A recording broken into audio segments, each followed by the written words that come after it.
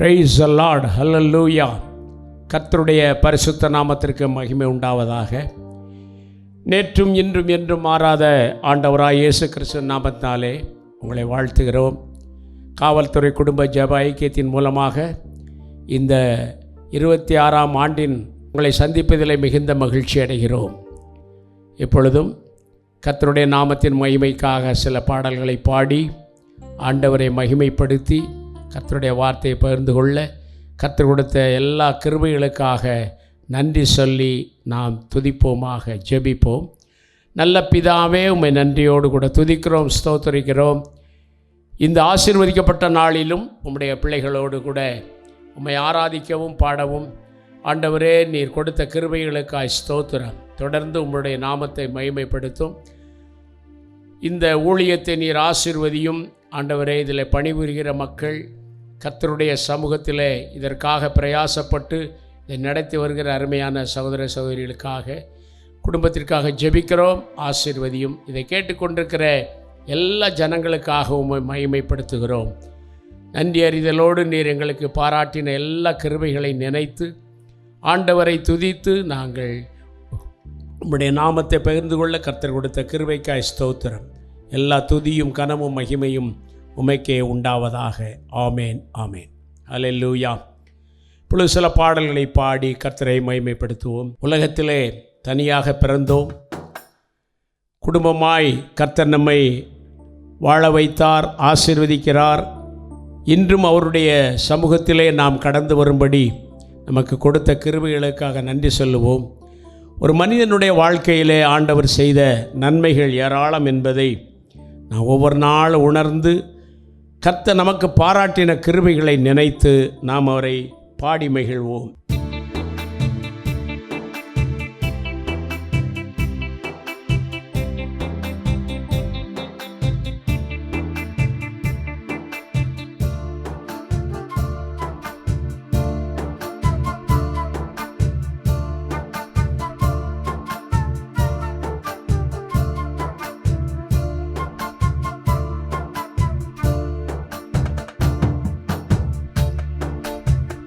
தனிமையின் பாதையில் தகப்பனே உம் தோளில் சுமந்ததை நான் மறப்பேனோ,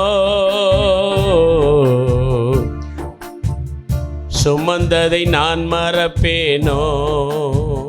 தனிமையின் பாதையில் தகப்பனே உம் தோளில் சுமந்ததை நான் மறப்பேனோ, சுமந்ததை நான் மறப்பேனோ.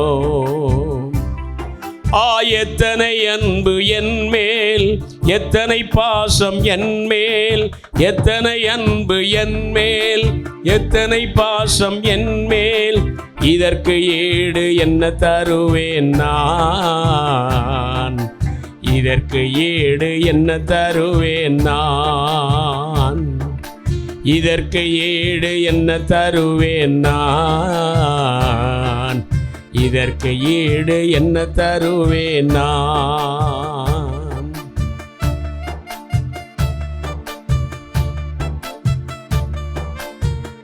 சோர்ந்து போகும் நேரமெல்லாம் மார்போடு அணைத்து அன்பின் ஆறுதலை கொடுத்த தெய்வமே, உமக்கு நன்றி சொல்லி உம்மை பாடுகிறோம்.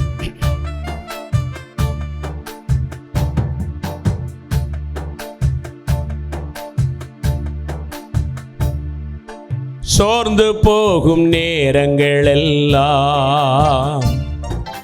மார்போடு அணைத்து கொண்டீரே, சோர்ந்து போகும் நேரங்களெல்லாம் மார்போடு அணைத்து கொண்டீரே. கண்ணீரை கணக்கில் வைத்தீரே, ஆறுதல் எனக்கு தந்தீரே. கண்ணீரை கணக்கில் வைத்தீரே,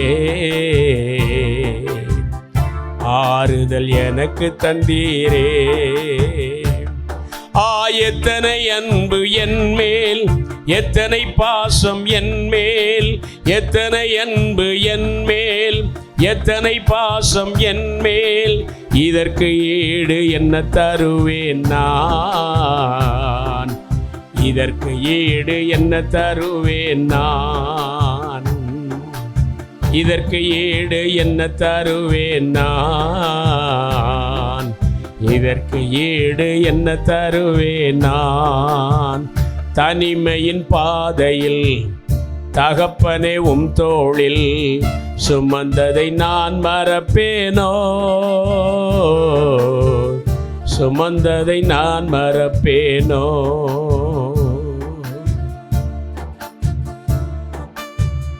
உடைக்கப்பட்ட நேரமெல்லாம் அடைக்கலம் கொடுத்து காத்த தெய்வமே, வாழ்க்கையில் தடுமாறும் வேளையிலெல்லாம் தகப்பன் போல சுமந்து சென்றீரே. உமக்கு எத்தனை 1000 நன்மைகளை எனக்கு செய்தீர். அதற்கு நன்றி சொல்லி உம்மை துதிக்கிறோம் ஐயா.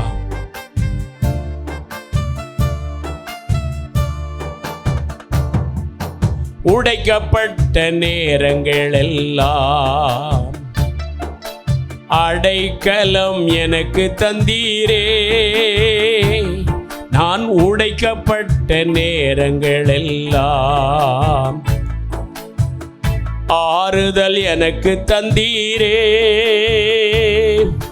தடுமாறும் வேளையிலெல்லாம் தகப்பன் போல சுமந்து சென்றீரே. நான் தடுமாறும் வேளையிலெல்லாம் தகப்பன் போல சுமந்து சென்றீரே.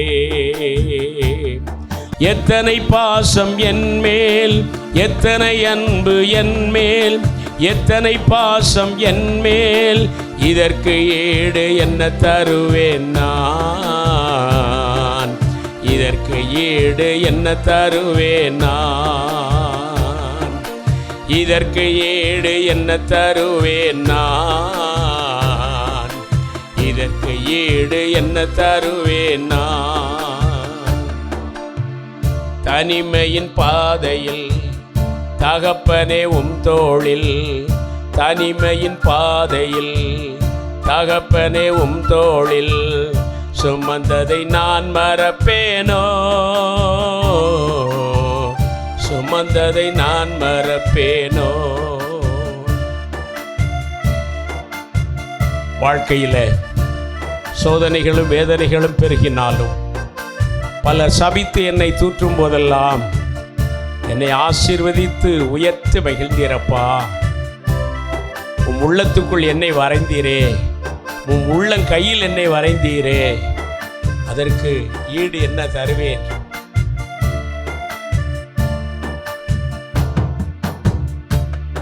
பலர் சபித்து என்னை தோற்றும் போதெல்லாம் என்னை ஆசீர்வதித்து உயர்த்தி மகிழ்ந்தீரே. பலர் சபித்து என்னை தோற்றும் போதெல்லாம் என்னை ஆசீர்வதித்து உயர்த்தி மகிழ்ந்தீரே. உம் உள்ளத்துக்குள் என்னை வரைந்தீரே. இதற்கு ஈடு என்ன தருவேன் நான்? உம் உள்ளத்துக்குள் என்னை வரைந்தீரே. இதற்கு ஈடு என்ன தருவேன் நான்? எத்தனை அன்பு என் மேல், எத்தனை பாசம் என் மேல், எத்தனை அன்பு என் மேல், எத்தனை பாசம் என் மேல். இதற்கு ஈடு என்ன தருவேன் நான்? இதற்கு ஈடு என்ன தருவேன் நான்? இதற்கு ஈடு என்ன தருவேன் நான்? இதற்கு ஈடு என்னை தருவேன் நான்? இதற்கு ஈடு என்னை தருவேன் நான்?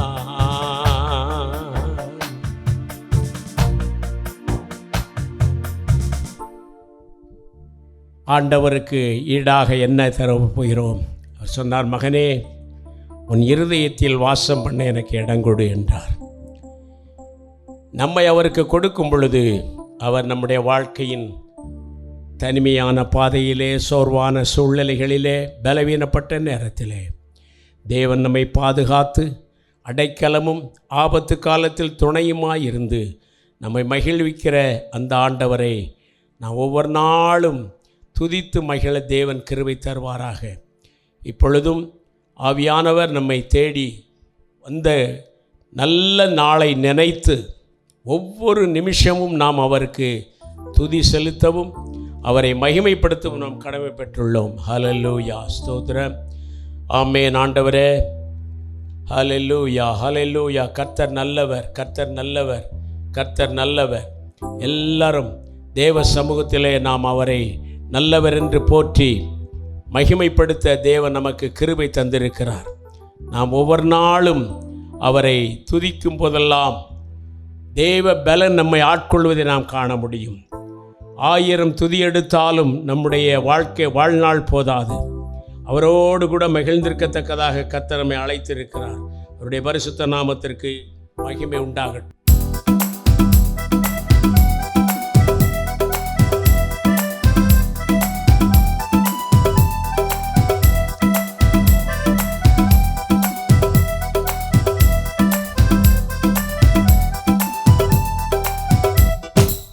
கைதட்டி பாடி மகிழ்ந்திருப்போம், கர்த்தர் சமூகத்தில் களிகூறுவோம். கைதட்டி பாடி மகிழ்ந்திருப்போம், கர்த்தர் சமூகத்தில் களிகூறுவோம். களிகூறுவோம், களிகூறுவோம், கர்த்தர் சொன்ன வாக்குத்தத்தம் சொல்லி மகிழ்வோம்.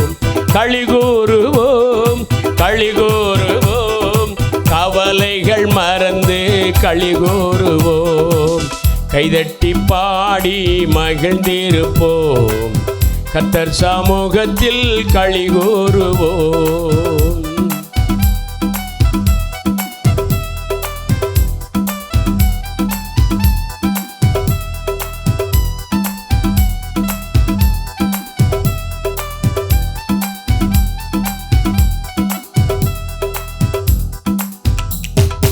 நினைப்பதற்கும் நாம் ஜெபிப்பதற்கும் அதிகமாய் தந்திடுவார்.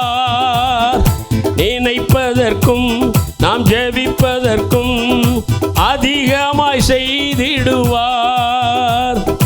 களிகூறுவோம், களிகூறுவோம், கர்த்தர் சொன்ன வாக்குத்தத்தம் சொல்லி மகிழ்வோம். களிகூறுவோம், களிகூறுவோம், கவலைகள் மறந்து களிகூறுவோம். கைதட்டி பாடி மகிழ்ந்திருப்போம், கர்த்தர் சமூகத்தில் களிகூறுவோம்.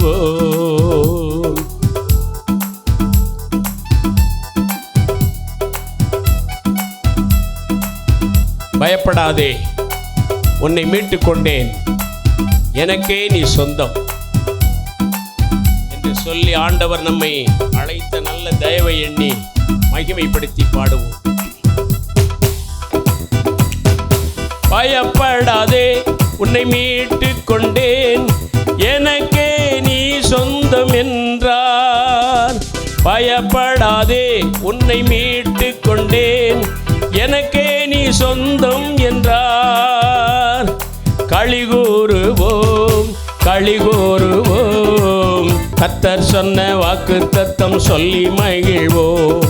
களிகூறுவோம், களிகூறுவோம், கர்த்தர் சொன்ன வாக்குத்தத்தம் சொல்லி மகிழ்வோம். கைதட்டி பாடி மகிழ்ந்திருப்போம், கர்த்தர் சமூகத்தில் களிகூறுவோம். நன்மையும் கிருபையும் நம்மை தொடரும் ஜீவனுள்ள நாட்களெல்லாம். நன்மையும் கிருபையும் நம்மை தொடரும் ஜீவனுள்ள நாட்களெல்லாம். களிகூறுவோம், களிகூறுவோம், கர்த்தர் சொன்ன வாக்குத்தத்தம் சொல்லி மகிழ்வோம். களிகூறுவோம், களிகூறுவோம், கவலைகள் மறந்து களிகூறுவோம். அறிவு புகட்டுவார், பாதை காட்டுவார், ஆலோசனை அவர் தருவார். அறிவு புகட்டுவார், பாதை காட்டுவார், ஆலோசனை அவர் தருவார். களி கூறுவோம், களி கூறுவோம், கர்த்தர் சொன்ன வாக்கு தத்தம் சொல்லி மகிழ்வோம். களி கூறுவோம், களி கூறுவோம், கர்த்தர் சொந்த வாக்கு தத்தம் சொல்லி மகிழ்வோம். கைதட்டி பாடி மகிழ்ந்திருப்போம், கர்த்தர் சமூகத்தில் களி கூறுவோம். ஆபத்து காலத்தில் நோக்கி கூப்பிட்டால் அவர் நம்மை விடுவிப்பாரே. ஆபத்து காலத்தில் நோக்கி கூப்பிட்டால் அவர் நம்மை விடுவிப்பாரே. களி கூறுவோம், களி கூறுவோம், கர்த்தர் சொன்ன வாக்கு தத்தம் சொல்லி மகிழ்வோம். களி கூறுவோம், களி கூறுவோம், கவலைகள் மறந்து களி கூறுவோம், களி கூறுவோம், கவலைகள் மறந்து களி கூறுவோம். கைதட்டி பாடி மகிழ்ந்திருப்போம், கர்த்தர் சமூகத்தில் களி கூறுவோம்.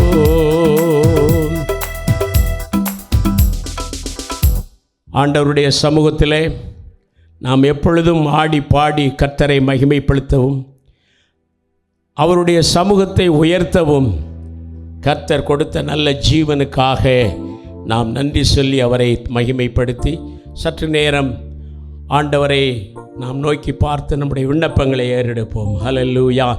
எல்லாரும் கண்களை மூடி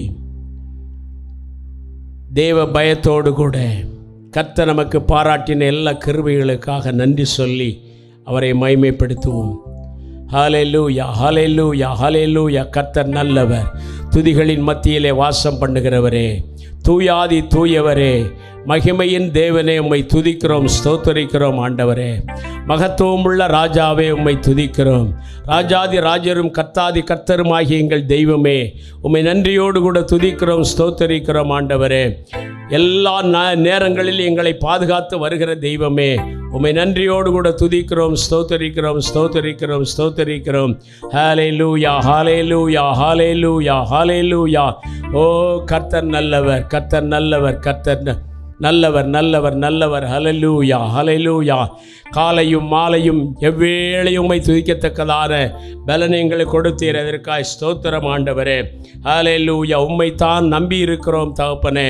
இந்த உலகத்திலே பாடுகளும் பிரயாசங்களும் வரும் பொழுது எங்கள் தேவனாகிய கர்த்தர் எங்களை பலப்படுத்தி ஆதரித்து ஆசீர்வதித்து நன்மையால் திருப்தியாக்கி ஜென்மகாலம் முழுவதும் நாங்கள் சந்தோஷமாய் வாழ கர்த்தர் உதவி செய்த கிருபைக்காய் நன்றி செலுத்துகிறோம் ஐயா. ஹல்லேலூயா, ஹல்லேலூயா, ஹல்லேலூயா, ஹல்லேலூயா.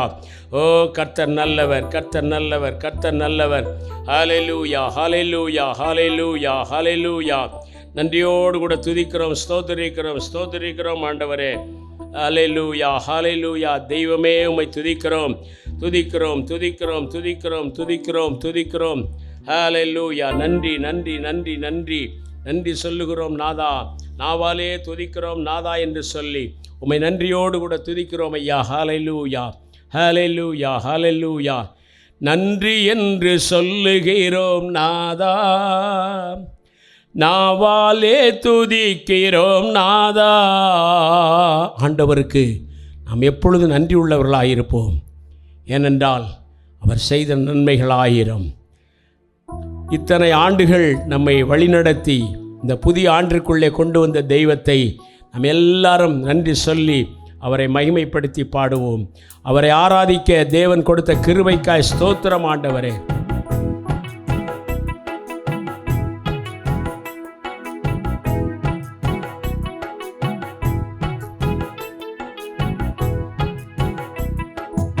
நன்றி என்று சொல்லுகிறோம் நாதா, நாவாலே துதிக்கிறோம் நாதா.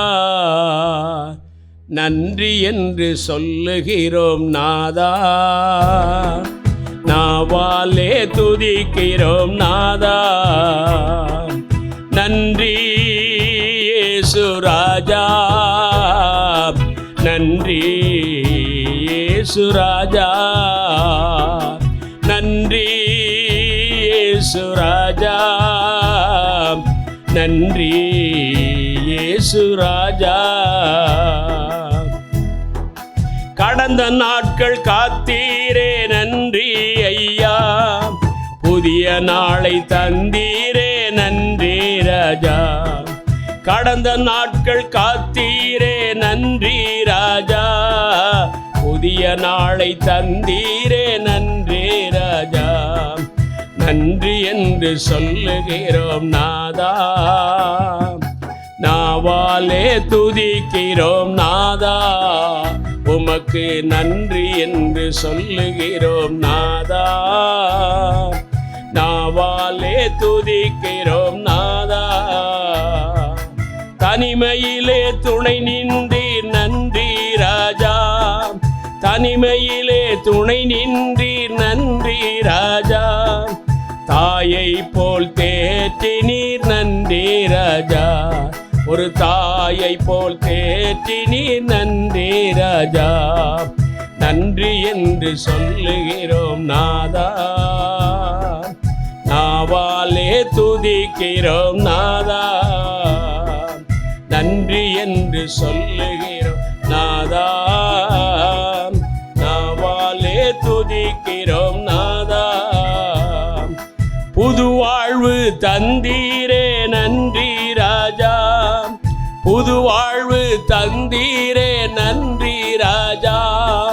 புது பலன் தந்தீரே நன்றி ராஜா, புது பலன் தந்தீரே நன்றி ராஜா.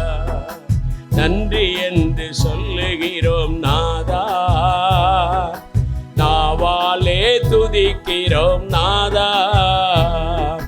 நன்றி என்று சொல்லுகிறோம் நாதா, நாவாலே துதிக்கிறோம் நாதா. 1000 நாவுகள் இருந்தாலும் அவருக்கு நன்றி சொல்ல போதாது. எத்தனை பாடுகள் கடந்த காலங்களில் நம்முடைய வாழ்க்கையில் எத்தனை பிரச்சனைகள் மத்தியிலே கடந்து வந்திருக்கிறோம், வேதனைகள் வியாதியின் மத்தியிலே கடந்து வந்திருக்கிறோம். இந்த புதிய நாளை தந்த ஆண்டவருக்கு நாம் எப்பொழுதும் அவருக்கு நன்றி சொல்ல கடமைப்பட்டுள்ளோம். ஹல்லேலூயா, ஹல்லேலூயா, ஹல்லேலூயா. நன்றியோடு கூட துதிக்கிறோம், ஸ்தோத்திரிக்கிறோம் ஆண்டவரே. உன்னதங்களில் வாசம் பண்ணுகிற எங்கள் தெய்வமே உம்மை நன்றியோடு கூட துதிக்கிறோம். ஹல்லேலூயா, ஹல்லேலூயா, ஹல்லேலூயா. ஓ நன்றி தகப்பனே, நன்றி தகப்பனே, நன்றி தகப்பனே. ஹல்லேலூயா, ஹல்லேலூயா, ஹல்லேலூயா, ஹல்லேலூயா. கர்த்தர் நல்லவர், கர்த்தர் நல்லவர். ஹல்லேலூயா. கட்டப்பட்ட மனிதரெல்லாம் கட்டவிழ்க்கப்படும்படி இந்த நாட்களிலே நீர் உம்முடைய ஜீவனை கொடுத்து எங்களுக்கு உயிர் கொடுத்தீரே, ரட்சிப்பை கொடுத்தீரே, உமக்கு நன்றி சொல்லி துதிக்கிறோம் ஆண்டவரே. ஹல்லேலூயா, ஹல்லேலூயா, ஹல்லேலூயா. ஸ்தோத்திரம், ஸ்தோத்திரம், ஸ்தோத்திரம், ஸ்தோத்திரம், ஸ்தோத்திரம், ஸ்தோத்திரம், ஸ்தோத்திரம், ஸ்தோத்திரம், ஸ்தோத்திரம், ஸ்தோத்திரம்.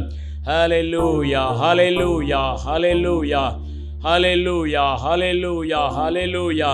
ஓ கர்த்தர் நல்லவர், கர்த்தர் நல்லவர். ஒவ்வொரு நாளும் திருப்பாதம் ஓடி வர வேண்டுமே ஆண்டவரே.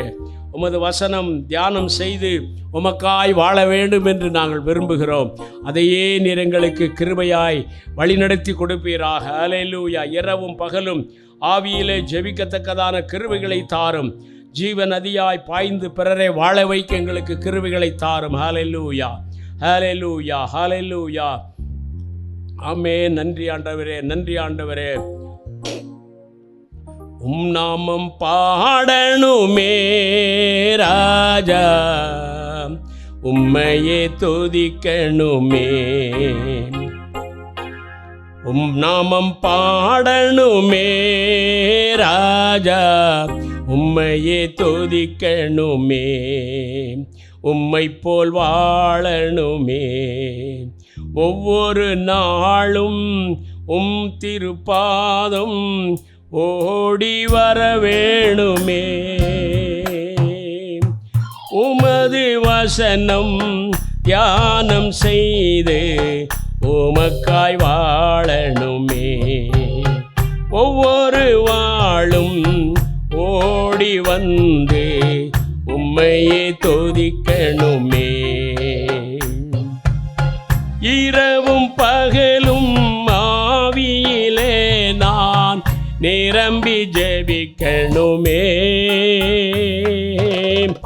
இரவும் பகலும் ஆவியிலே நான் நிரம்பி ஜெபிக்கணுமே. ஜீவநதியாய் பாய்ந்து பிறரை வாழ வைக்கணுமே. ஜீவநதியாய் பாய்ந்து பிறரை வாழ வைக்கணுமே. நாமம் பாடணுமே ராஜா, உம்மையே துதிக்கணுமே.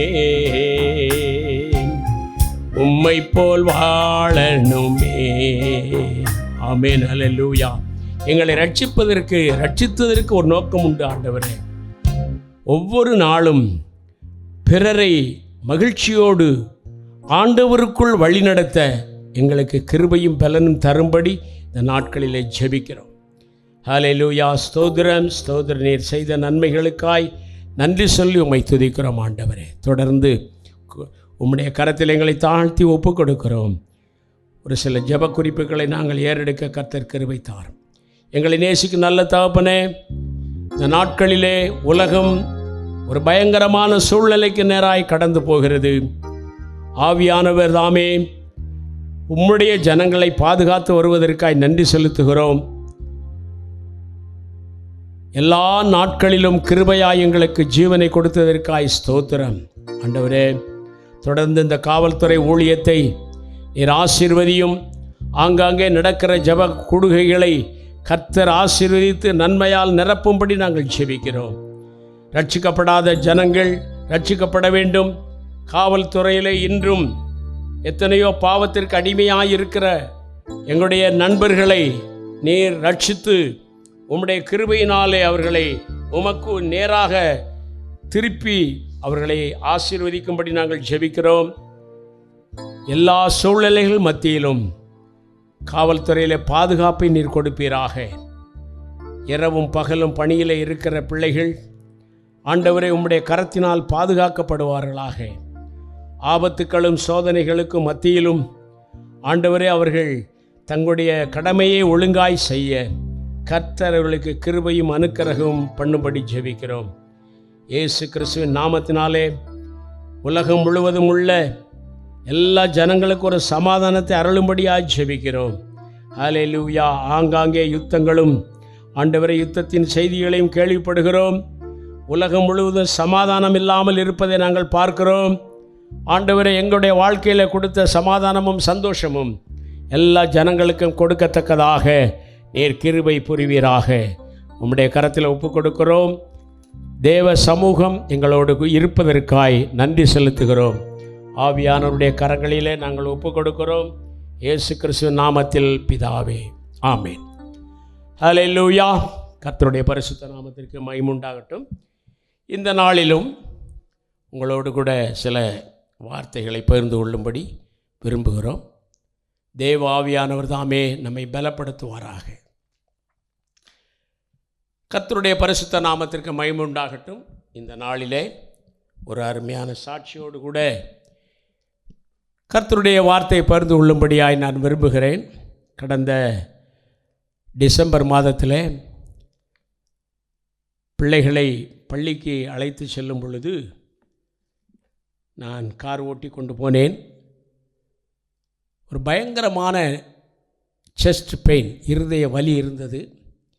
ஆனாலும் வேதனையோடு கூட அவர்களை ஸ்கூலில் கொண்டு விட்டுவிட்டு திரும்ப நான் வரும்பொழுது அந்த வேதனை குறையவில்லை. அப்படியே ஆஸ்பத்திரிக்கு சென்று அட்மிட் ஆகிவிட்டேன். 5 நாட்கள் ஆஸ்பத்திரியில் இருந்தேன். ஒவ்வொரு நாளும் தேவன் என்னை பலப்படுத்துவதை நான் கண்டேன். ஆவியானவர் கூடவே இருந்து அந்த வேதனைகளிலிருந்து என்னை விடுதலையாக்கி இன்றைக்கு ஜீவனோடு கூட உங்கள் மத்தியிலே கொண்டு வந்ததற்காக ஆண்டவருக்கு நன்றி செலுத்த கடமைப்பட்டுள்ளேன்.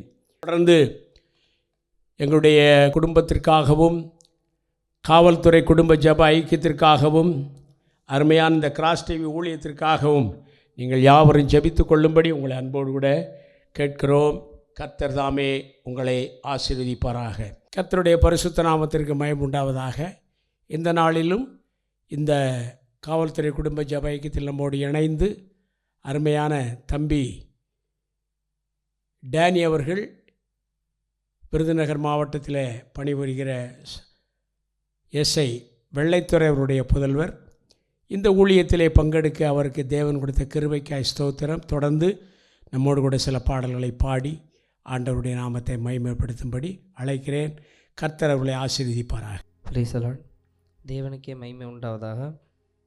இந்த நாளிலும் கூட தேவன் நம்ம எல்லோரும் கூட புது வாழ்வு தந்து, இந்த புது வருடத்தில் கூட பார்த்தோன்னா கூட நம்மளை நேர்த்தியாக இதுவரை கடந்த வருடத்துலேருந்து நம்மளை பாதுகாத்து வழி நடத்தின தேவனுக்காக நாம் நன்றி சொல்லி, புது வாழ்வு தந்தவரே, புது துவக்கம் தந்தவரேன்னு அநேகர் வாழ்வில் கொரோனா காலகட்டத்தில் இருந்தவங்க இப்போ இல்லை, அந்த மாதிரி சூழ்நிலை இருக்க இந்த காலகட்டத்தில் தேவன் நம்மளையும் அதிசயமாக நடத்தி வருகிறாரு. அதனால் இப்போ ஒரு பாடல் ஒன்று பாட போகிறோம். அந்த பாடலை என் கூட சேர்ந்து நீங்கள் எல்லாரும் பாடுங்க. தேவன் இந்த பாடல் மூலமாக ஆசை.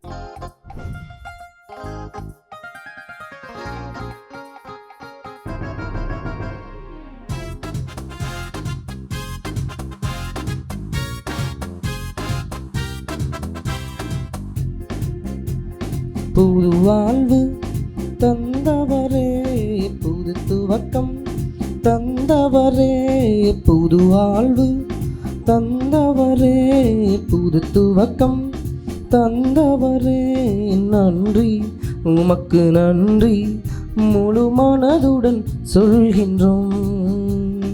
நன்றி உமக்கு நன்றி மனநிறைவுடன் சொல்கின்றோம்.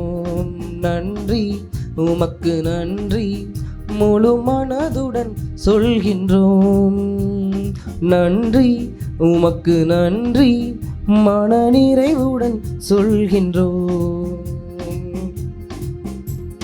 பிள்ளைகளை மறவாமல் ஆண்டு முழுவதும் போஷித்தீரே, பிள்ளைகளை மறவாமல் ஆண்டு முழுவதும் போஷித்தீரேன்.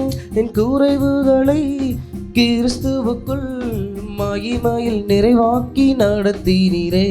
என் குறைவுகளை கிறிஸ்துவுக்குள் மகிமையில் நிறைவாக்கி நடத்தினீரே. அதற்கு நன்றி உமக்கு நன்றி முழு மனதுடன் சொல்கின்றோம். நன்றி உமக்கு நன்றி மனநிறைவுடன் சொல்கின்றோம். நன்றி உமக்கு நன்றி முழு மனதுடன் சொல்கின்றோம். நன்றி உமக்கு நன்றி மனநிறைவுடன் சொல்கின்றோம். முந்தினதை யோசிக்காம, பூர்வமானதை சிந்திக்காம, முந்தின வாழ்க்கையில் அநேக பாடுகள் அநேக கஷ்டங்கள் நம்ம மத்தியில் இருந்திருக்கும். ஆனால் தேவன் அந்த கஷ்டங்களை ஒவ்வொன்றையும் மாற்றி இந்த காலகட்டத்தில் நமக்கு தேவன் அருமையாக நம்ம நடத்தி வருகிறாரு. அப்படியா கூட முந்தினதை யோசிக்காமல், பூர்வமானதை சிந்திக்காமல், முந்தினதை யோசிக்காமல், பூர்வமானதை சிந்திக்காமல், புதியவைகள் தோன்றச் செய்தி சாம்பலை சிங்காரமாக்கினீரே. புதியவைகள் தோன்றச் செய்தி சாம்பலை சிங்காரமாக்கினீரே. உமக்கு நன்றி, அதற்கு நன்றி முழு மனதுடன் சொல்கின்றோம். நன்றி உமக்கு நன்றி மனநிறைவுடன் சொல்கின்றோம். நன்றி உமக்கு நன்றி முழு மனதுடன் சொல்கின்றோம். நன்றி அதற்கு நன்றி மனநிறைவுடன் சொல்கின்றோம். பழைய வாழ்வில் நம்ம கண்ணீரோட விதைச்சிருப்போம். ஆனால் இந்த வருடத்தில் ஆண்டவர் சொல்லுகிறாரு, கம்பீரத்தோட அதை நீங்கள் அறுக்கிறத இந்த வருடத்தில் தேவன் காண உதவி செய்வார். அதை நீங்கள் விசுவாசித்து இந்த பாடலை பாடினீங்கன்னா உங்கள் வாழ்க்கையிலே தேவன் அந்த அற்புதத்தை செய்வார். சேர்ந்து பாடுவோமா? கண்ணீருடன் விதைத்ததெல்லாம் கம்பீரத்தோட அறுக்க செய்தீர். கண்ணீருடன் விதைத்ததெல்லாம் கம்பீரத்தோடு அறுக்கச் செய்தீர். ஏந்தி நின்ற என் கரங்களையே கொடுக்கும் கரங்களாய் மாற்றினீரே. ஏந்தி நின்ற என் கரங்களையே கொடுக்கும் கரங்களாய் மாற்றினீரே. அதற்கு நன்றி, உமக்கு நன்றி, முழு மனதுடன் சொல்கின்றோம். நன்றி, அதற்கு நன்றி, மன நிறைவுடன் சொல்கின்றோம். நன்றி, உமக்கு நன்றி, முழு மனதுடன் சொல்கின்றோம். நன்றி, அதற்கு நன்றி, மன நிறைவுடன் சொல்கின்றோம். புது வாழ்வு தந்தவரே, புது துவக்கம் தந்தவரே, புது வாழ்வு தந்தவரே, புது துவக்கம் தந்தவரே. நன்றி, உமக்கு நன்றி, முழு மனதுடன் சொல்கின்றோம். நன்றி, உமக்கு நன்றி, மன நிறைவுடன் சொல்கின்றோம். ஆமென். தேவனுக்கு நாம் அந்த வருடத்தில் மன நிறைவோடு நாம் நன்றி சொல்லி, கடந்த வருடத்தில் தேவன் பாதுகாத்ததற்காக நாம் நன்றி. ஆமென்.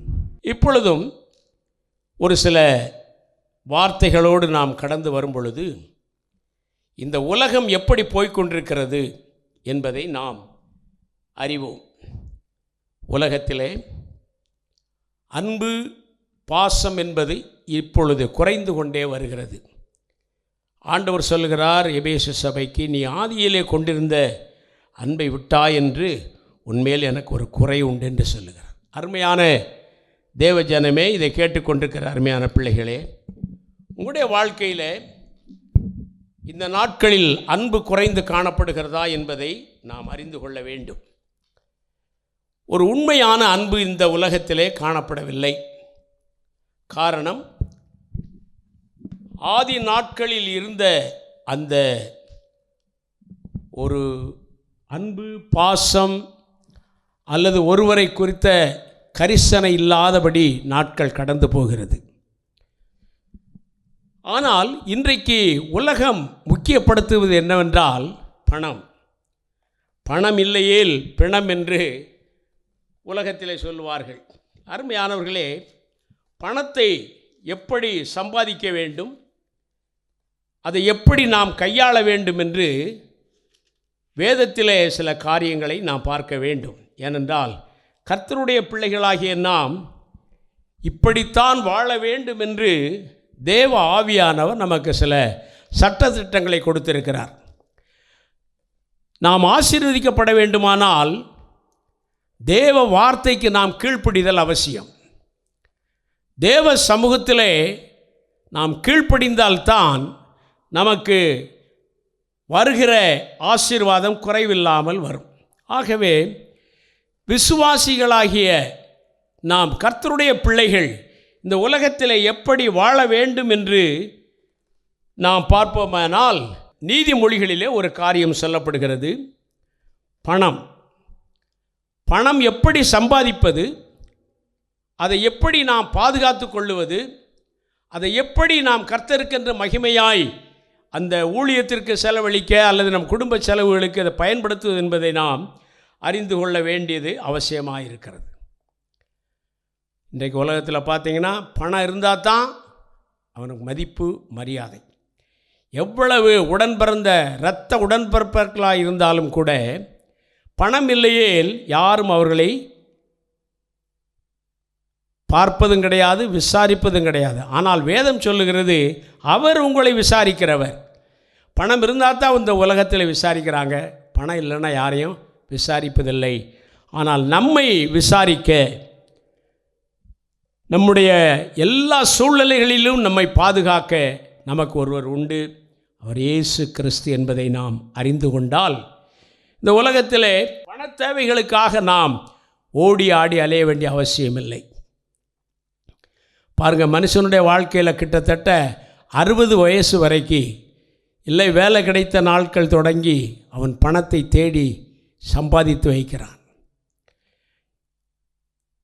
பலர் பணமே முக்கியம் என்று தங்களுடைய வாழ்நாட்களை வீணடித்து கொண்டு சிலர் குடும்பத்தை பார்ப்பதில்லை, பிள்ளைகளை பார்ப்பதில்லை, தனக்கு வேண்டிய உடல் நலத்தை கவனிப்பதில்லை. தேவை என்ன? பணம். ஆனால் உலகத்திலே ஒரு பழமொழி உண்டு, பணம் பாதாளம் மட்டும் பாயும், பணம் பத்தும் செய்யும், ஆனால் தேவ சமூகத்திற்கு அது எட்டி வராது. பணம் ஒரு நாளும் தேவ சமூகத்துக்கு வராது. ஆனால் பணம் இல்லாமல் உலகத்தில் வாழ முடியுமா என்றால் அதுவும் கஷ்டம். அதனால் வேதம் சொல்லுகிறது, நீங்கள் பண ஆசை இல்லாதவர்களாய். பண ஆசை வேணும், பணம் வேணும், தேவை. நம்முடைய செலவின உலகத்தில் வாழுகிற காலம் வரை நமக்கு நம்முடைய பிள்ளைகள் எதிர்காலத்திற்கெல்லாம் பணம் தேவை. ஆனால் அந்த பணத்தை அதையே மையமாக கொண்டு வாழ்வோமேயானால் வேதம் சொல்லுகிறது, மனிதன் உலகம் முழுவதும் ஆதாயப்படுத்தினாலும் தன் ஜீவனை நஷ்டப்படுத்தினால் அவனுக்கு என்ன லாபம்? அருமையான தேவ பிள்ளையே, நீ பணத்தை நாடுவதை விட ஆண்டவரை தேடு, உன் வாழ்க்கை ஆசீர்வதிக்கப்படும். அதனால் வேதம் சொல்லுகிறது, முதலாவது தேவனுடைய ராஜ்யத்தையும் அவருடைய நீதியையும் தேடுங்கள், இவைகள் எல்லாம் உங்களுக்கு கூட கொடுக்கப்படும். இப்போ பண தேவைகள் உண்டு, அதை கொடுப்பது ஆண்டவர். நமக்கு அன்றன்றைக்கு தேவையை அவர் கொடுத்து நம்மை ஆசீர்வதிக்கிறார்.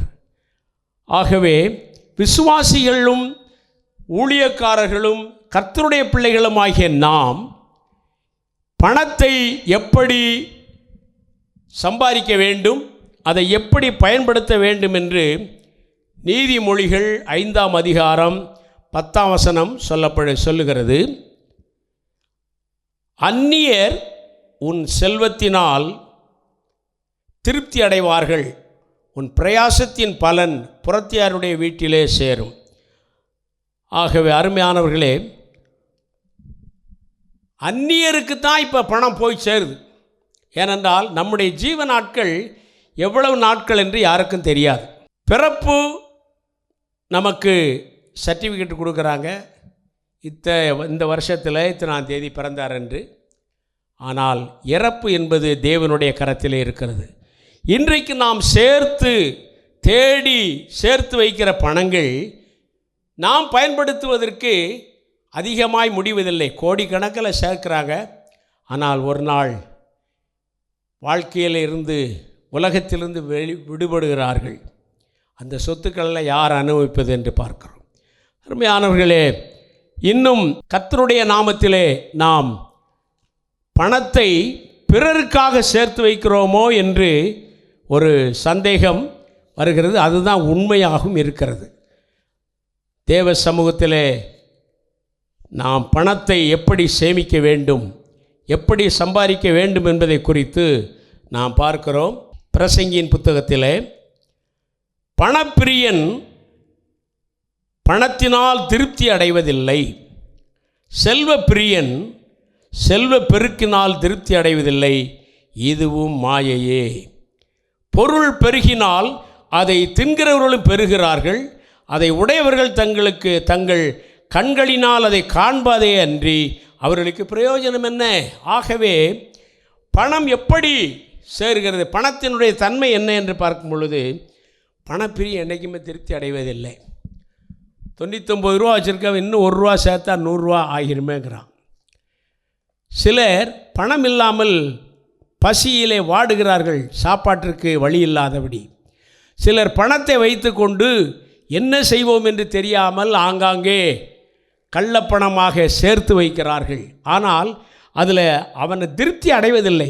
பணம் ஒரு மனிதனை திருப்திப்படுத்துவதே இல்லை. வேண்டும் வேண்டும் வேண்டும் என்று அவனுடைய இருதயம் ஏங்குமே ஒழிய பணம் போதும் என்ற நிலைமையே அவனுடைய வாழ்க்கையில் வராது. ஆகவே தான் வேதம் சொல்லுகிறது, பண ஆசை இல்லாதவர்களாய் போதும் என்ற மனதோடு கூடிய தேவ பக்தி. போதும், நீ எதையெல்லாம் போதும் என்று நிறுத்துகிறாயோ அப்பொழுதுதான் அதில் உனக்கு சமாதானம் உண்டு. வேண்டும் வேண்டும் என்று தேடி அலைந்து வீணாய் வாழ்க்கையை கழிப்பதை விட போதும் என்ற மனம் இன்றைக்கு தேவை ஆண்டவர் சந்தித்தார். நாளை அவர் சந்திப்பார், அதற்கு மறுநாள் அவர் சந்திப்பார். ஜீவனுள்ள காலமெல்லாம் நம்முடைய தேவைகளை சந்திக்க வல்லவராகிய தேவன் நம்மோடு கூட இருக்கிறார். ஆகவே அருமையானவர்களே, பணப்பிரியன் பணத்தினால் திருப்தி அடைவதில்லை, செல்வப்பிரியன் பெருக்கத்தினால் திருப்தி அடைவதில்லை. இதெல்லாம் மாயை. தெரியும், சில பேரை பார்த்தாங்கன்னா கோடிக்கணக்கில் சேர்த்து வச்சுட்டு என்ன செய்வதென்று தெரியாமல் இருக்கிறார்கள். அருமையானவர்களே, பணம் ஒரு மனிதனுக்கு சமாதானத்தை கொடுப்பதில்லை. பிரசங்கியின் புத்தகத்திலே 5ஆம் அதிகாரம் 15ஆம் வசனத்தில் வாசிக்கிறோம், தன் தாயின் கற்பத்திலிருந்து நிர்வாணியாய் வந்தான், வந்தது போலவே நிர்வாணியாய் திரும்ப போவான். அவன் தன் பிரயாசத்தினால் உண்டான பலன் ஒன்றையும் தன் கையில் எடுத்து கொண்டு போவதில்லை. சாகும்போது யாரும் எது எடுத்து கொண்டு போவதில்லை. கோடிக்கணக்காக சேர்த்தாலும் அது அவன் இருக்கும் வரை மிட்டா மிராஸ்தார் என்பார்கள், ஜமீன் என்பார்கள், பெரிய பெரிய அதிகாரி என்பார்கள், பெரிய பெரிய மில்லினர் என்பார்கள். ஆனால் 300 கோடி 400 கோடி வைத்திருந்தாலும் அவன் மரித்த பிறகு அவருக்கு பேர் என்ன பேர்? பிணம். பிணத்தை எப்போ எடுக்கிறாங்க? அருமையானவர்களே, அவன் தன் கையில் எடுத்துக்கொண்டு போவது ஒன்றுமில்லை. ஆகவே பணத்தை சம்பாதிப்பதனால் பிரயோஜனம் இல்லை என்று நான் பார்க்கிறோம். ஆனால் என்ன பிரயோஜனம்? அன்றைய தேவைகளை கர்த்தர் சந்திக்கிறார். அவர் நம்முடைய தேவைகளுக்கு வேண்டிய காரியங்களை எல்லாம் அவர் பார்த்து கொள்ளுகிறார். ஆகவே நாம் பணத்திற்காக அலைய வேண்டிய அவசியமில்லை.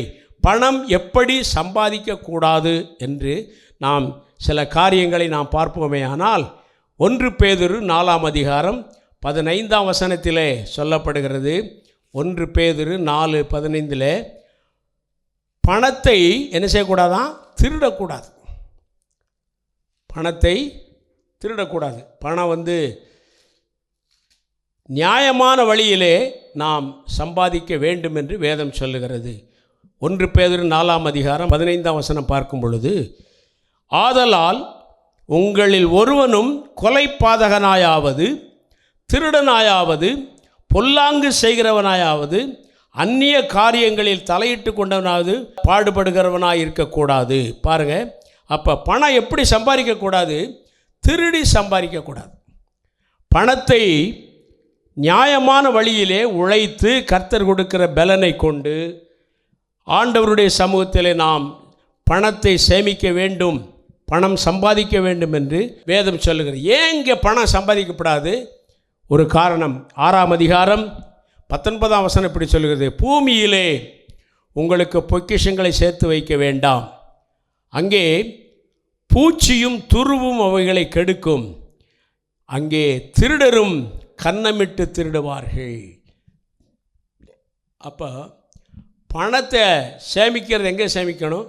தேவனுடைய கரத்திலே. நமக்கென்று ஒரு பொக்கிஷ சாலை ஒன்று உண்டு, ஒரு பண்டக சாலை உண்டு.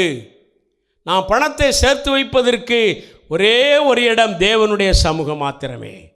ஆகவே திருட்டுத்தனமாக பணம் சம்பாதிப்பவர்களுக்கு சமாதானம் இருக்காது, இரவிலே தூக்கம் வராது, விடிய விடிய முழிச்சுக்கிட்டு இருப்பாங்க. ஒரு சின்ன எலி போனால் கூட ஐயோ திருடன் வந்து விடுவானோ என்று பயம். சிலருக்கு ஈடி, அதாவது அரசாங்கத்திலிருந்து நம்மை கண்டுபிடித்து விடுவார்களோ, அல்லது இன்கம் டேக்ஸ் ஆஃபீஸிலிருந்து ஆட்கள் வருவார்கள் என்று ஒவ்வொரு நாளும் பயந்து பயந்து பயந்து பயந்து சாகிற ஒரு அனுபவம். அருமையானவர்களே, திருடி சம்பாதிக்கக்கூடாது. அடுத்து நம்முடைய வாழ்க்கையிலே நாம் எப்படி சம்பாதிக்க கூடாது என்று வேதம் சொல்லுகிறது என்றால், லஞ்சம் வாங்கி நாம் என்ன செய்யக்கூடாது? சொத்து சேர்க்கக்கூடாது. லஞ்சம் வாங்கி சொத்து சேர்க்கக்கூடாது. யாத்திராகமம் 23ஆம் அதிகாரம் 8ஆம் வசனம் இப்படியா சொல்லுகிறது, பரிதானம் வாங்காதிருப்பாயாக, பரிதானம் பார்வையுள்ளவர்களை குருடாக்கி நீதிமான்களின் வார்த்தையை புரட்டும். பரிதானம், லஞ்சம். இன்றைக்கு எந்த துறையில் எடுத்தாலும் லஞ்ச லாவண்யங்கள் பெருகி இருக்கிறது. ஒரு காரியத்தை நாம் எதிர்பார்த்து அரசாங்கத்திலாலும் சரி, ஒரு தனிப்பட்ட நிலைமையிலும் சரி, ஏதேனும் நாம் காரியத்திற்காக போவோமே ஆனால் பணம் இல்லைன்னா அங்கே ஒன்றும் நடக்காது. அதற்குரிய தேவைகளை சந்திக்க வேண்டிய நிர்பந்தத்தில் உலகம் ஓடிக்கொண்டிருக்கிறது. பணம் இருந்தால் தான் எதையும் சாதிக்க முடியும், பணம் இல்லைன்னா ஒன்றும் செய்ய முடியாது. சில நியாயமாக வரவேண்டிய சில வரவுகள் அல்லது நன்மைகள் கூட பணம் இல்லாத காரணத்தினால் அது என்ன செய்கிறது, பின்வாங்கி போகிறது. பணம் லஞ்சம் கொடுத்தா தான் அங்கே நாம் எல்லா காரியங்களையும் செய்ய முடியும். ஆகவே இப்படிப்பட்ட காலத்தில் தான் நாம் வாழ்கிறோம். ஆனால் கர்த்தருடைய பிள்ளைகள் லஞ்சம் வாங்காதபடி கர்த்தருடைய நாமத்தை மகிமைப்படுத்த தேவன் உதவி செய்வாராக. லஞ்சம் வாங்கினால் எனக்கு தெரியும், எத்தனையோ பேர் என்னோடு கூட பணிபுரிந்தவர்கள் அல்லது பணியிலே என் துறையிலே இருந்தவர்களை நான் நன்கு அறிவேன். ஏராளமான பேர் லஞ்சம் வாங்கி ஒரு நிம்மதி இல்லாத வாழ்க்கை, வேலை போச்சு, ரிட்டையர்ட் ஆகிட்டோம்னா மறுநாளே கீழே விழுந்து சாகக்கூடிய அளவில் இருக்கிறாங்க. அருமையானவர்களே, ஆகையினால ஒரு மனிதனை வாழ்க்கையினுடைய அடித்தளத்திற்கு கொண்டு போய்விடும் லஞ்சம். லஞ்சம் வாங்குறவனுக்கு நிம்மதி இருக்காது. உபாகமம் 10ஆம் அதிகாரம் 17ஆம் வசனம் இப்படியா சொல்லுகிறது, உங்கள் தேவனாகிய கர்த்தர் தேவாதி தேவனும் கர்த்தாதி கர்த்தரும் மகத்துவமும் வல்லமும் பயங்கரமும் உள்ள தேவனுமாயிருக்கிறார். அவர் பட்சபாதம் பண்ணுகிறவர்ல, ஆகவே பரிதானம் வாங்குகிறவர். நம்முடைய ஆண்டவர் யார்? அவர் சொல்கிறார், நான் பரிசுத்தர், ஆகையினால் நீங்களும் பரிசுத்தராயிருங்கள். ஒருவன் என்னிலே நிலைத்திருந்தால் நான் அவனிலே நிலைத்திருப்பேன் என்று நமக்கு வாக்கு கொடுத்த ஆண்டவர் என்ன செய்ற, பரிதானம் வாங்குவதில்லை. இன்றைக்கு உலகத்தில் என்ன தவறு பண்ணாலும் சாமிக்கு லஞ்சம் செலுத்தி அல்லது என்னென்னமோ காரியங்கள் செய்து, தர்ம காரியங்கள் செய்து, இப்படியெல்லாம் ஆண்டவருக்கு லஞ்சம் கொடுத்து காப்பாற்றி தங்களை காத்து கொள்ளலாம் என்று ஜனங்கள் ஓடிக்கொண்டிருக்கிறார்கள். அருமையான கர்த்தருடைய பிள்ளைகளே, நம்முடைய தெய்வம் அப்படி அல்ல. அவர் லஞ்சம் வாங்குகிறவர் அல்ல, பரிதானம் வாங்குகிறவர் அல்ல. அவர் ஒரு நாளும் தன்னுடைய பரிசுத்தத்திலே குறைவில்லாத தேவன். பிறந்த நாள் முதல் அவருடைய மரணம் வரை அவர் பரிசுத்தமாக வாழ்ந்த தேவன். அவருடைய கரத்திலே இந்த பட்சபாதமின்றி அவர் எல்லாரையும் நேசிக்கிற தேவன். ஆகையினால லஞ்சம் வாங்கித்தான் பிழைக்கிற ஜனங்களை அவர் என்ன செய்கிறார், நியாயத்திலே கொண்டு வருவார். கர்த்தருடைய பிள்ளைகளாகிய நாம் இந்த நாட்களிலே தேவ கரத்திலே நம்மை ஒப்பு கொடுப்போம். தேவன் நமக்கு செய்த நன்மைகளையெல்லாம் நினைத்து பார்ப்போம். ஒரு நாளும் குறைவில்லாத ஒரு வாழ்க்கை நமக்கு கொடுத்திருக்கிறார். இருப்பதை கொண்டு சந்தோஷமாய் வாழ்வதற்கு காவல்துறையிலே தேவன் நமக்கு நல்ல பண வசதிகளை, சம்பாத்தியத்தை கொடுக்கிறார். ஆனால் கர்த்தருக்கென்று ஒப்பு கொடுத்த நாம் நம்முடைய வாழ்க்கையில் அவருக்கு உண்மையாக ஜீவிக்க வேண்டும். அப்படி வாழ்ந்து கொண்டிருக்கிற மக்களை கர்த்தர் என்ன செய்ய வேண்டும், ஆசீர்வதிக்க வேண்டும். லஞ்சம் வாங்குகிறவர்களை கர்த்தர் உணர்த்தி அவருடைய இருதயத்திலே நன்மை செய்யத்தக்கதான ஒரு எண்ணத்தை கொடுக்க வேண்டும் என்று நாம் ஜெபித்து கொள்ள வேண்டியது அவசியம். அடுத்தபடியாக, ஒன்று, பணம் எப்படி சம்பாதிக்கணும், திருடி சம்பாதிக்கக்கூடாது, லஞ்சம் வாங்கக்கூடாது. மூணாவது, காட்டி கொடுத்து வாங்கக்கூடாது. மார்க் 14:10-11 வாசிக்கிறோம், இயேசு கிறிஸ்துவை யூதாஸ் காரியத்து 30 வெள்ளிக்காசுக்காக லஞ்சம் வாங்கி கொண்டு காட்டி கொடுத்தான். உன்னதமான தெய்வத்தை, அவரோடு கூட இருந்தவன், ஆண்டவரோடு கூட இருந்து 3.5 ஆண்டுகள் அவர் செய்த நன்மைகளெல்லாம் கண்ட மனிதன், அவருடைய ட்ரெஷரராக இருந்த ஒரு மனிதன், கடைசியில் பாருங்கள், அவரை காட்டி கொடுத்து தேவ சமூகத்திலே தன்னுடைய கிருபையை இழந்து போனான். காட்டி கொடுக்கிறது. இன்றைக்கி அலுவலகங்களில் பார்த்திங்கன்னா நிறைய பேர் தாங்கள் செய்த தவறை மற்றவர்கள் மேல் போட்டுவிட்டு அவன்தான் செய்தான் என்று காட்டி கொடுத்து தங்களுடைய வாழ்க்கையை நிலைப்படுத்திக் கொள்ளுகிறோம் என்று நினைக்கிறார்கள். ஆனால் அப்படிப்பட்ட நிலைமையில் வாழ்கிறவர்களுக்கு ஒரு நாள் சமாதானம் வரவே வராது. கர்த்தருடைய சமூகத்தில் நாம் அப்படிப்பட்ட மக்களாய் வாழுவோம். பிறரை காட்டி கொடுக்கிற ஒரு அனுபவம் நம்முடைய வாழ்க்கையில் ஒரு நாள் வரக்கூடாது. தவறு செய்கிறவர்களை நல்ல ஆலோசனை சொல்லி அவர்களை திருத்தி தேவ சமூகத்துக்கு கொண்டு வரத்தான் ஆண்டவர் நம்மை ரட்சித்தார். அந்த ரட்சிப்பின் அனுபவம் நமக்குள்ளே ஒவ்வொரு நாளும் பிறரிடத்தில் வெளிப்படுத்தப்பட வேண்டும். ஆண்டவர் நமக்கு செய்த நன்மைகளை பிறருக்கு சொல்ல வேண்டும். நாம் ஆதி நாட்களிலே இருந்த நிலைமையிலிருந்து கர்த்தர் இன்றைக்கு நம்மை உயர்த்தி இருக்கிறார் என்றால் அதற்கு காரணம் அவர் நம்மை தேடி வந்ததை நாம் நம்முடைய வாழ்க்கையில் ஏற்றுக்கொண்டபடியினாலே அப்படிப்பட்ட ஒரு சூழ்நிலையிலே கர்த்தர் நம்மை நடத்தி வருகிறார். இந்த காரியங்களை பிறருக்கு அறிவிக்க வேண்டியவர்களாக இருக்கிறோம். காலம் கடைசி காலம், இனி கொஞ்ச நாட்கள் தான் உண்டு. அதற்குள்ளாக கர்த்தர் இந்த ஜனங்கள் முழுவதும் ரட்சிக்கப்பட்டு அவருக்குள்ளே செல்வதற்கு நாம் நம்மால் என்ற ஆத்தும ஆதாயத்திலே செயல்பட வேண்டும் என்று நான் சொல்ல. ஆக காட்டி கொடுத்து பணம் சம்பாதிக்கக்கூடாது. அடுத்தபடியாக பொய் சொல்லி சம்பாதிக்கக்கூடாது. பாருங்கள், இங்கே வேதத்திலே ஒரு மனிதனை குறித்து பார்க்கிறோம், அனனியா சப்பிராள். இந்த அப்போஸ்தலர்களுடைய காலத்திலே ஊழியத்திற்கென்று தங்களுக்குண்டானவைகளெல்லாம் மனதார மகிழ்ச்சியோடு சமாதானத்தோடு தங்களுடைய விருப்பத்தோடு ஆட்கள் அப்போஸ்தலருடைய பாதப்படிகளிலே கொண்டு வந்து வைத்தார்கள். அங்கே ஒரு குடும்பத்தை நாம் பார்க்கிறோம், அனனியா சப்பிராள். இவர்கள் இருவரும் தங்களுக்குண்டான சொத்துக்களை விற்று கொஞ்சத்தை தங்களுக்கென்று எடுத்து வைத்து கொண்டு ஆண்டவருடைய பிள்ளைகளுடைய பாதத்திலே கொண்டு வந்து அந்த அனனியா வைக்கிறார். அங்கே பார்க்கும் பொழுது ஆண்டவர் சொல்கிற, இவ்வளோதான் நீங்கள் விற்றீங்களா என்று சொல்லி அப்போஸ்தலர் மூலம் கேட்ட பொழுது ஆம் என்று துணிகரமாய் பொய் சொன்னான்.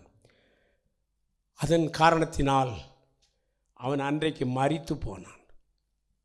இப்படிப்பட்ட கொடுமையான காரியங்கள் இன்றைக்கு ஆண்டவர் தண்டனை கொடுப்பார் என்றால் நாம் எப்படி தப்பித்து கொள்ளுவோம்? என்னை கேட்டுக்கொண்டிருக்கிற அருமையான தேவனுடைய பிள்ளையே, பொய் சொல்லி நாம் சம்பாத்தியம் செய்தால் அன்றைக்கு ஒரே நேரத்தில் அடுத்த நிமிஷம் ஒரு முடிவு ஏற்பட்டது, மரித்து போனான். கொஞ்ச நேரம் கழித்து அவனுடைய மனைவி ஒரு 3 மணி நேரம் கழித்து வர்றான். உடனே அவளும் அதே பொய்யை ஒத்துக்கொண்ட காரணத்தினாலே அவளும் மரித்து போகிறாள். இப்படிப்பட்ட தண்டனை இன்றைக்கு கிடைக்குமானால் நாம் எந்த நிலையிலே இருக்கிறோம், நாம் எப்படி பணத்தை சம்பாதித்து வைக்கிறோம் என்பதை நாம் நமக்கு நாமே தீர்மானித்து ஆராய்ந்து தேவ சமூகத்திலே நாம் என்ன செய்ய வேண்டும்? அதை நியாயமான முறையிலே பணத்தை சம்பாதிக்க கர்த்தர் நமக்கு உதவி செய்ய வேண்டும். அருமையான கர்த்தருடைய பிள்ளைகளே, நாம் ஆண்டவர் நம்மை ரட்சித்ததின் நோக்கம் அவரை போல மாற வேண்டும். அவருக்கொத்த சாயலிலே நாமும் வாழ வேண்டும் என்று தேவன் விரும்புகிறார்.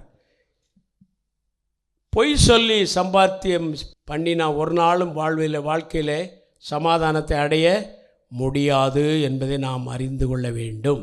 அடுத்தபடியாக நீதிமொழிகள் 7ஆம் அதிகாரம் 10வது வசனத்திலே பார்ப்போமேயானால், நீதிமொழிகள் 7:10 வாசிக்கிற, தந்திரமாக பேதையர்களாகிய வாலிபர்களுக்குள்ளே ஒரு புத்தீன வாலிபனை கண்டு அவனை கவனித்தேன்.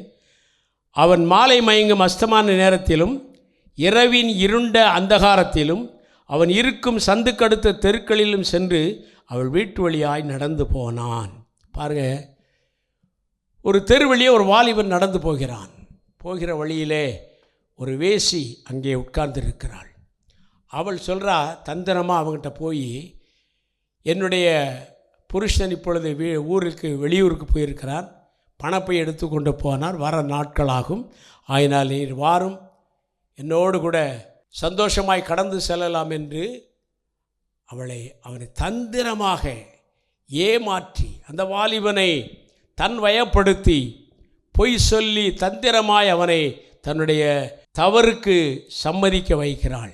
அப்படிப்பட்ட நாட்கள் இந்த நாட்களில் கொடிதாக இருக்கிறது. எங்கு பார்த்தாலும் ஏமாற்றி பிழைக்கிற ஒரு அனுபவம், தந்திரமாய் ஜனங்களை ஏமாற்றி பிழைக்கிற ஒரு அனுபவம். பாருங்கள், உங்களுக்கு 5 ரூபா போட்டால் ஒரு வாரத்துக்கு இடையில் 15 ரூபா 20 ரூபா, 5000 போட்டால் 5 லட்சம் 10 லட்சம் என்று சொல்லி ஏமாற்றி பிழைக்கிற ஜனங்களை பார்க்கிறோம்.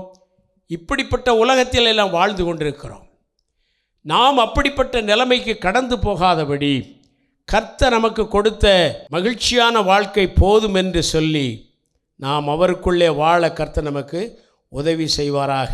64ஆம் சங்கீதம் 6ஆம் வசனம் இப்படியா சொல்லுகிறது, அவர்கள் நியாயக்கேடுகளை ஆய்ந்து தேடி தந்திரமான யோசனை நிறைவேறும்படி பிரயத்தனம் பண்ணுகிறார்கள். அவர்களில் ஒவ்வொருவனுடைய உட்கருத்தும் இருதயமும் ஆழமாயிருக்கிறது. நியாயக்கேடுகளை ஆய்ந்து தேடுகிறார்கள். என்னென்ன தப்பு பண்ணலாம், இதை எப்படி மாற்றலாம், இதை எப்படி கொள்ளையடிக்கலாம், இதை எப்படி திருடலாம், இதை எப்படி வஞ்சகமாய் நமக்கு வைத்து கொள்ளலாம் என்று சொல்லி சிலருடைய இருதயம் இன்றைக்கு கடினமாக இருக்கிறது. அருமையான தேவ பிள்ளையே, தந்திரமாய் சம்பாதிக்கிற பணம் ஒரு காலம் நிதானமாய் நிற்காது. அவனுடைய வாழ்க்கையில் சமாதானம் இருக்காது, சந்தோஷம் இருக்காது, விடுதலை இருக்காது, குடும்பம் விளங்காது. ஆகையினால நாம் நம்முடைய வாழ்க்கையில் தந்திரம் பண்ணி சம்பாதிக்கிற சம்பாத்தியம் ஒரு நாளும் விளங்காது. அடுத்து சில காரியங்கள் இருக்கிறது, பார்ப்போம். வட்டி வாங்கி சம்பாதிக்கக்கூடாது. வட்டிக்கு பணம் கொடுக்கதும் வட்டிக்கு பணம் வாங்குவதும் குற்றம் என்று நாம் பார்க்கிறோம்.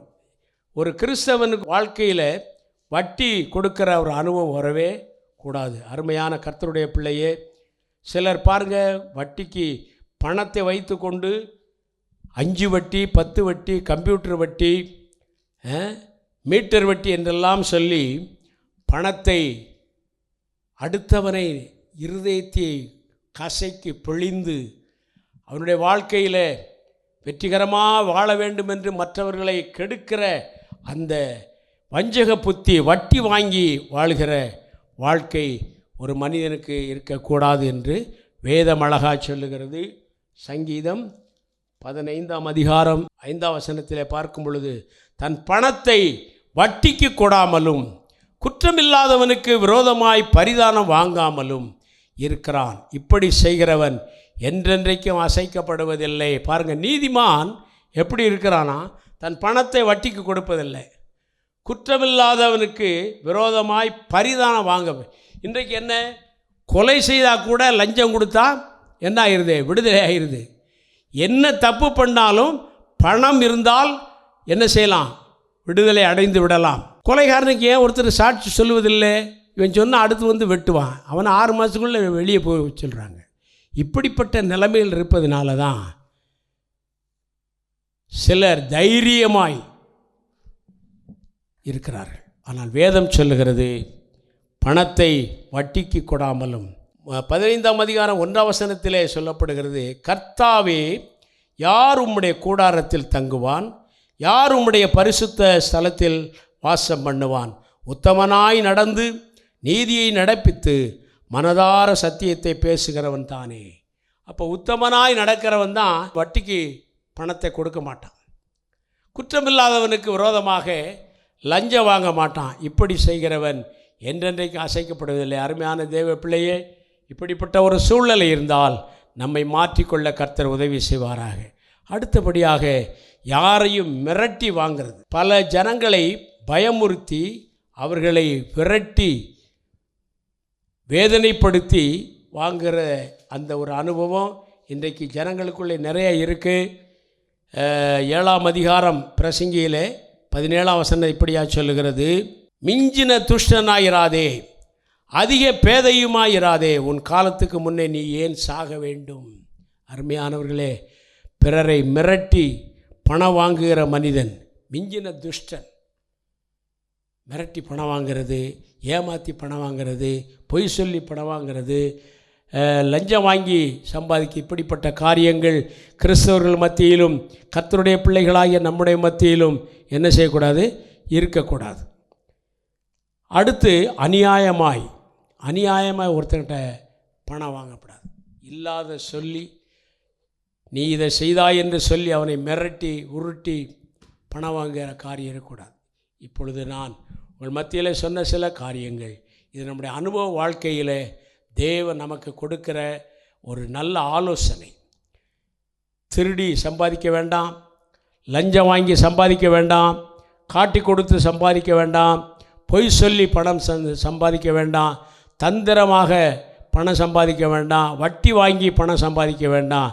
யாரையும் மிரட்டியும் அநியாயமாய் பாவம் செய்தும் பணம் சம்பாதிக்கிற நிலைமை இருக்குமானால் தேவனுடைய சமூகத்திலே கணக்கு கொடுக்க வேண்டியவர்களாக இருக்கிறோம். இப்படி சம்பாதித்தாலும் அந்த சம்பாத்தியம் ஒரு நாளும் நிலைப்பதில்லை.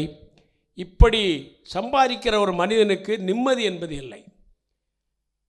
உலக மனுஷன் சொல்கிறா, எங்கே நிம்மதி, எங்கே நிம்மதி, அங்கே எனக்கு ஒரு இடம் வேண்டுகிறான்.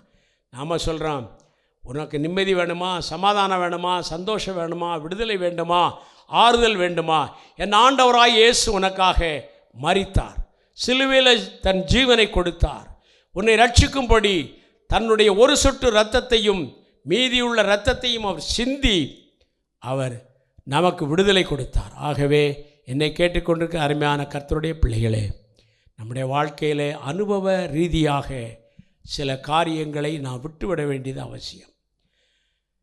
அப்படிப்பட்டவர்கள்தான் தேவனுடைய கூடாரத்திலே ஆண்டவருடைய சமூகத்திலே அந்த நித்திய ஜீவனை பெற்றுக்கொள்வதற்காக அவர்கள் பிரயாசப்படும் பொழுது அங்கே உத்தமனாய் வாழ்கிறவன் மாத்திரமே கர்த்தரோடு தங்க முடியும். அது அல்லாமல் பேரளவிலே கிறிஸ்தவன் என்றும் நான் ஆண்டவரை நேசிக்கிறேன் என்று பொய் சொல்லிக்கொண்டு இப்படி சம்பாதிக்கிற சம்பாத்தியத்தை வைத்து கொண்டு தான தர்மங்களும் கோயில்களுக்கு கொடைகளும் இப்படி ஆலயங்களுக்கு வழிபாடுகளுக்கு செலவுகளுக்கும் செய்கிற ஜனங்களை கர்த்தர் எப்படி அவர்களை நேசிக்க முடியும்? அவர் பரிதானம் வாங்காதவர், அவர் யாருக்கும் பட்சபாதம் இல்லாதபடி நடக்கிறவர், யாவரையும் நேசிக்கிறவர். அந்த நேசத்தினால் நம்ம தம்முடைய ஜீவனை கொடுத்த அந்த அன்பின் ஆண்டவருக்கு நாம் உண்மையுள்ளவர்களாக இருப்போம். கர்த்தர் நம்மை வழி நடத்துவாராக. நாம் ஜெபிப்போம். அன்பின் நல்ல தகப்பனே, இந்த ஆசீர்வதிக்கப்பட்டதான வேலைக்காய் உம்மை துதிக்கிறோம். உம்முடைய சமூகத்தில் எங்களுடைய அனுபவ வாழ்க்கையில் நாங்கள் எப்படி வாழ வேண்டும் என்று சில ஆலோசனைகளை கொடுத்தீர். அதற்காய் ஸ்தோத்திரம். இதன்படி நடக்க எங்களுக்கு கிருபை தாரும். நாங்கள் யாரிடத்திலும் அநியாயமே வட்டி வாங்கியோ லஞ்ச பணம் வாங்கியோ லஞ்சம் கொடுத்தோ எங்களுடைய வாழ்க்கையை நாங்கள் வாழாமல் தேவனுக்கு பிரியமுள்ள வாழ்க்கை, தேவனை மகிமைப்படுத்துகிற வாழ்க்கை, தேவ சமாதானத்தோடு வாழ்கிற வாழ்க்கையை எங்கள் ஒவ்வொருவருக்கும் கொடுத்து, காவல்துறையில் இருக்கிற இப்படிப்பட்ட ஜனங்கள் இருப்பார்களே ஆனால் என் தேவனாகிய கர்த்தர் அவர்களை ரட்சித்து அவர்களை ஆசீர்வதித்து உம்முடைய பிள்ளைகளாய் மாற்றி உமக்கு உகந்த கனி கொடுக்கிற ஜீவனுள்ள சாட்சிகளாய் மாற்றும்படி எங்கள் துறையை நீர் நேசித்து ஆசீர்வதிக்கும்படி உம்முடைய கரத்தில் ஒப்புக் கொடுக்கிறோம். ரட்சிக்கப்பட வேண்டும். பாவத்தில் இருக்கிற ஜனங்கள் மீட்கப்பட வேண்டும். அநியாயத்தில் இருக்கிற மூழ்கி இருக்கிற ஜனங்கள் தங்களுடைய வாழ்க்கையிலே நியாயத்தை செய்யும்படியான கிருபைகள் அவர்களுக்கு தர வேண்டும். தேவ ஆவியானவர் தாமே நடத்தும்படி உம்முடைய கரத்தில் ஒப்புக் கொடுக்கிறோம். அருமையான மக்களுக்காக ஊழியங்களுக்காக நாங்கள் ஜெபிக்கிறோம். ஆசீர்வதியும், நன்மையால் நடத்தும். இந்த ஆண்டு முழுவதும் தேவ சமூகம் எங்களோடு கூட இருந்து கர்த்தருடைய சமூகத்தை காண கர்த்தர் உதவி செய்யும்படியாக ஜெபிக்கிறோம். இயேசு கிறிஸ்துவின் நல்ல நாமத்தில் கேட்கிறோம். ஜீவனுள்ள நல்ல தகப்பனே, ஆமேன் ஆமேன். என் ஆத்துமாவே கர்த்தரை ஸ்தோத்திரி, என் முழு உள்ளவருடைய பரிசுத்த நாமத்தை ஸ்தோத்திரி. என் ஆத்துமாவே கர்த்தரை ஸ்தோத்திரி, கர்த்தர் செய்த சகல உபகாரங்களை மறவாதே. ஆமேன் ஆமேன். நம்முடைய கர்த்தராக இருக்கிற இயேசு கிறிஸ்துவனுடைய கிருபையும் பிதாவாகிய தேவனுடைய அன்பும் பரிசுத்த ஆவியானுடைய ஐக்கியமும் காவலும் நம் அனைவரோடும் இப்போதும் எப்போதும் சதா காலமும் அவருடைய வருகை மட்டும் இருப்பதாக. ஆமேன் ஆமேன் ஆமேன்.